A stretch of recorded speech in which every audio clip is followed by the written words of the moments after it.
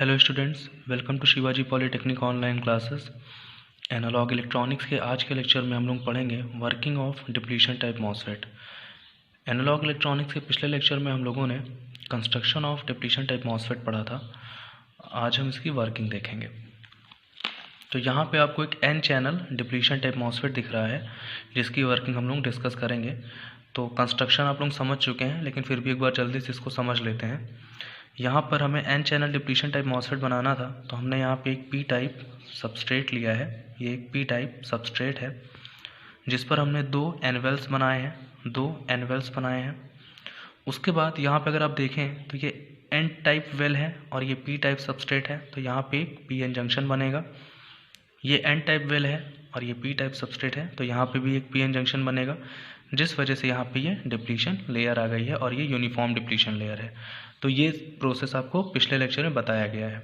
उसके बाद यहाँ पे जो पी टाइप वेफर था या पी टाइप सबस्ट्रेट था, इसे हम वेफर भी बोलते हैं और सबस्ट्रेट भी बोलते हैं। तो ये जो पी टाइप सबस्ट्रेट था, इस पर SiO2 की एक थिन लेयर लगाई गई है। इस तरीके से SiO2 की एक थिन लेयर लगाई गई है, जो एन वेल्स पे नहीं है। एन वेल्स पे ये नहीं है। एन वेल्स पे मेटल कॉन्टैक्ट्स के थ्रू, एक ये मेटल कॉन्टैक्ट है, एक ये मेटल कॉन्टैक्ट है, और इसके थ्रू सोर्स और ड्रेन टर्मिनल बना दिए गए हैं। उसी तरह जो SiO2 की लेयर थी, उसके ऊपर एक मेटल कॉन्टैक्ट बनाया गया, और उस पर ये गेट टर्मिनल बना दिया गया। तो जो गेट टर्मिनल है वो SiO2 की थिन लेयर के द्वारा पी टाइप सबस्ट्रेट से आइसोलेट कर दिया गया या अलग कर दिया गया। उसके बाद यहाँ पे ये जो सबस्ट्रेट था, वहाँ पे एक मेटल कॉन्टैक्ट के थ्रू सबस्ट्रेट टर्मिनल SS बनाया गया, जो कि इंटरनली सोर्स टर्मिनल के साथ जुड़ा हुआ है या कनेक्टेड है, और फिर सबस्ट्रेट टर्मिनल को ग्राउंडेड कर दिया गया। तो जब हमने इसका कंस्ट्रक्शन पढ़ा था, तो वहाँ पे हमने ये पढ़ा था कि इसकी वर्किंग को हम 3 मोड्स में डिस्कस करेंगे। तो जो पहली कंडीशन होती थी इसको, जो इसमें हमको इसको डिस्कस करना है, वो था VGS बराबर 0 वोल्ट्स पे।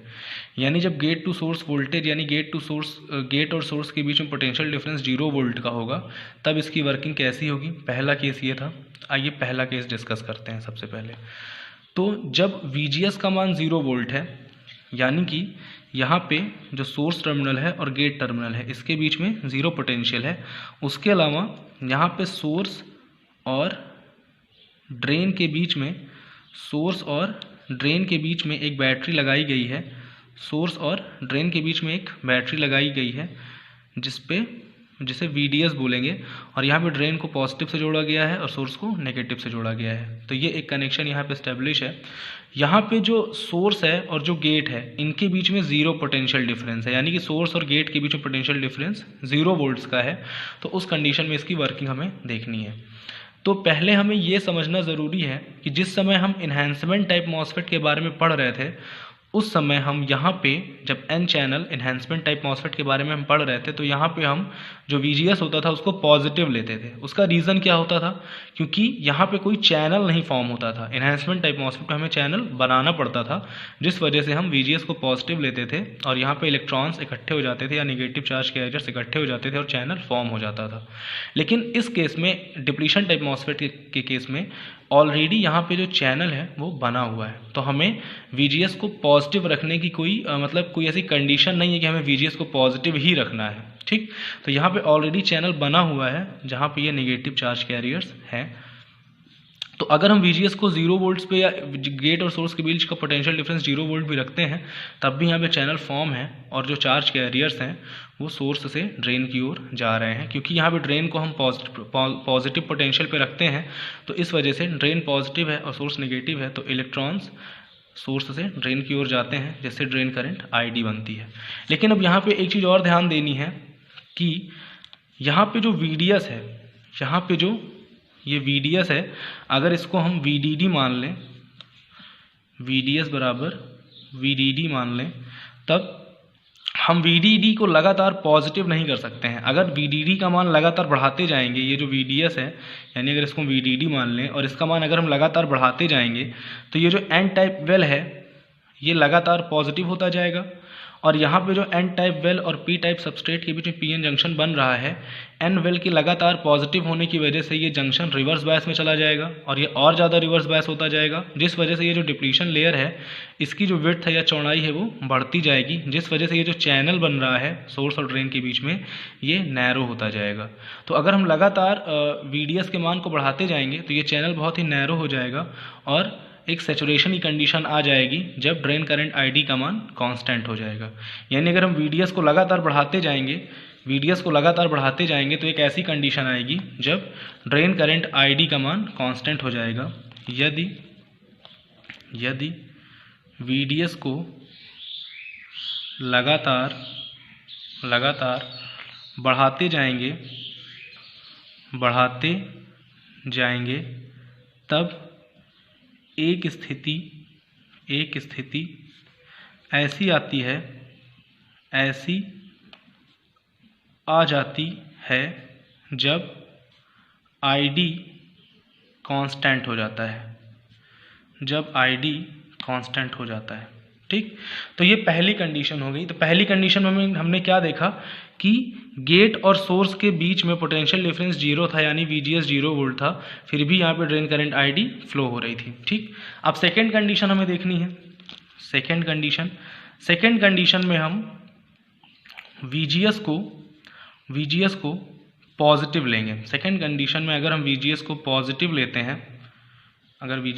पॉजिटिव लेते हैं और यहाँ पर भी जो हमारा VDS का मान था उसको हम VDD ही रखते हैं, मतलब जो वैल्यू यहाँ पे थी VGS बराबर 0 वोल्ट पे VDS की जो वैल्यू थी वही VGS को पॉजिटिव करने पर भी अगर हम VDD की वैल्यू लेते हैं, तब देखिए यहाँ पे अगर हम VGS को पॉजिटिव कर देते हैं, यानी कि सोर्स को बैटरी के नेगेटिव टर्मिनल से और ड्रेन को बैटरी के पॉजिटिव टर्मिनल से जोड़ देते हैं, इस तरह से अगर हम जोड़ देते हैं, कहने का मतलब है कि यहाँ पे जो गेट है वो पॉजिटिव हो जा रहा है और सोर्स नेगेटिव कर दे रहे हैं, और यहाँ पे बता देते हैं ये VGS है।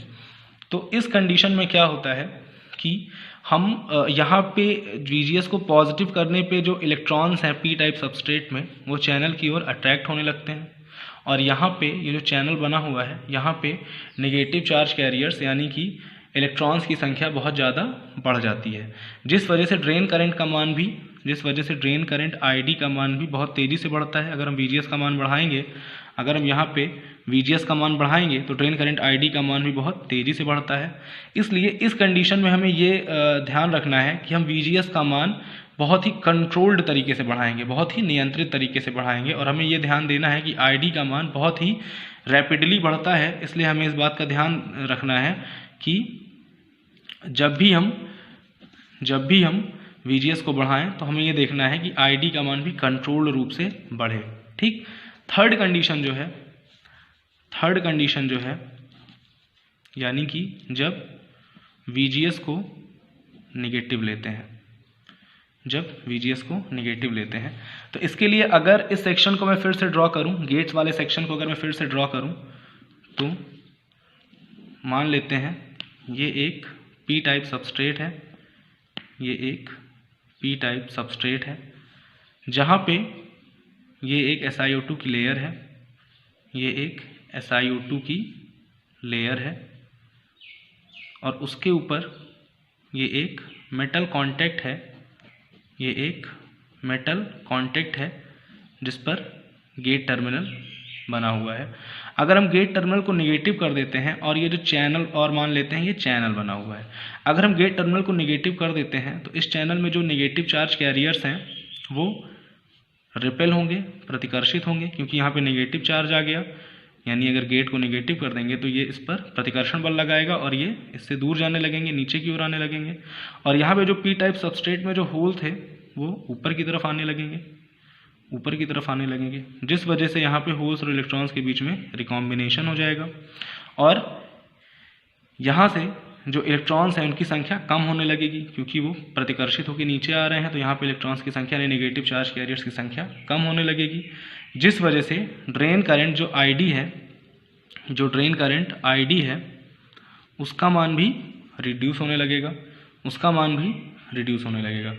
तो अगर हम पहले केस में ड्रेन करंट को ड्रेन करंट को ID1 माने, दूसरे केस में हम इसको ID2 माने और तीसरे केस में ID3 माने, तो हम देखेंगे कि जब हम VGS को पॉजिटिव रखते हैं तब ड्रेन करंट का मान अधिक रहता है, और जब हम VGS को नेगेटिव करते हैं तो ड्रेन करंट का मान सबसे कम हो जाता है। तो इस तरह ये इसकी वर्किंग है। तो आप लोग इसको अच्छे से समझ लीजिएगा, और उसके बाद अगर कोई प्रॉब्लम होती है तो आप लोग प्लीज़ क्वेश्चन करके पूछ सकते हैं। और जैसा कि आप लोग इलेक्ट्रिकल फर्स्ट ईयर वाले हैं, तो जो फिजिक्स में इस समय चल रहा है सेमीकंडक्टर फिजिक्स, वो चीज़ें आप लोग एनालॉग में पढ़ चुके हैं, तो उसको आप लोग रिवाइज़ करते रहिए। BJT और PN जंक्शन डायोड में जो भी है उसको आप रिवाइज़ करते रहिए। और जैसे मैंने पिछले लेक्चर में फिजिक्स में NPN ट्रांजिस्टर की वर्किंग बताई थी, तो आपको PNP ट्रांजिस्टर की वर्किंग अपने से लिखनी है। PNP ट्रांजिस्टर की वर्किंग आपको अपने से लिखनी है, और अगर उसको लिखने में कोई प्रॉब्लम आती है तो आप लोग मैसेज करके, कमेंट करके पूछ सकते हैं। और उसके अलावा इस लेक्चर से रिलेटेड अगर कोई प्रॉब्लम आती है तो उसको भी आप लोग मैसेज करके या कमेंट करके पूछ सकते हैं। तो घर पे रहिए और अच्छे से पढ़ाई करते रहिए, और इस लेक्चर को एकदम ध्यान से समझ लीजिएगा। और यहाँ पे एक चीज़ ज़रूर ध्यान दीजिएगा कि पहले जो कंडीशन बताई गई थी वहाँ पे इन दोनों के बीच में कोई बैटरी नहीं लगी थी, ये दोनों जीरो पोटेंशियल पे थे। सेकंड कंडीशन जो बताई गई है वहाँ पर इनके बीच में ये बैटरी लगा दी गई है। यहाँ पे भी ये बैटरी का नेगेटिव टर्मिनल सोर्स से जोड़ा गया है। यहाँ पे कंफ्यूज मत होइएगा, ये नॉर्मल लाइन है, तो यहाँ पे इससे कंफ्यूज मत होइएगा, ये दोनों सेपरेट हैं। ये वाला नेगेटिव टर्मिनल और ये पॉजिटिव टर्मिनल आपस में सेपरेट हैं, तो इसको लेके कंफ्यूज मत होइएगा। ये जुड़े हुए नहीं है, वरना आप ये समझ लीजिए कि यहाँ पे ये जुड़ा हुआ है, तो ये जुड़ा हुआ नहीं है, ये दोनों आपस में सेपरेट है। ये नेगेटिव सेपरेट है, ये पॉजिटिव सेपरेट है, ठीक है ना। वैसे यहाँ पे ये नेगेटिव है और ये पॉजिटिव है। तो जो सैचुरेशन की कंडीशन थी वो तीनों में आ जाएगी। अगर लगातार हम VDS को बढ़ाएंगे तो सैचुरेशन की कंडीशन इन तीनों में आएगी। अगर VGS को 0 वोल्ट लीजिए, या नेगेटिव लीजिए या पॉजिटिव लीजिए, तो जो सैचुरेशन की कंडीशन थी VDS को लगातार बढ़ाते जाने पर वो तीनों में आ जाएगी। और तीनों में जब सैचुरेशन की कंडीशन आएगी तो जो कांस्टेंट ड्रेन करंट मिलेगी, तीनों कंडीशन में उसका मान अलग अलग होगा, ठीक है। तो आप लोग इसको अच्छे से रिवाइज कर लीजिए। उसके अलावा अगर कोई प्रॉब्लम होती है तो आप लोग क्वेश्चन करके पूछ लीजिएगा। Thank you very much.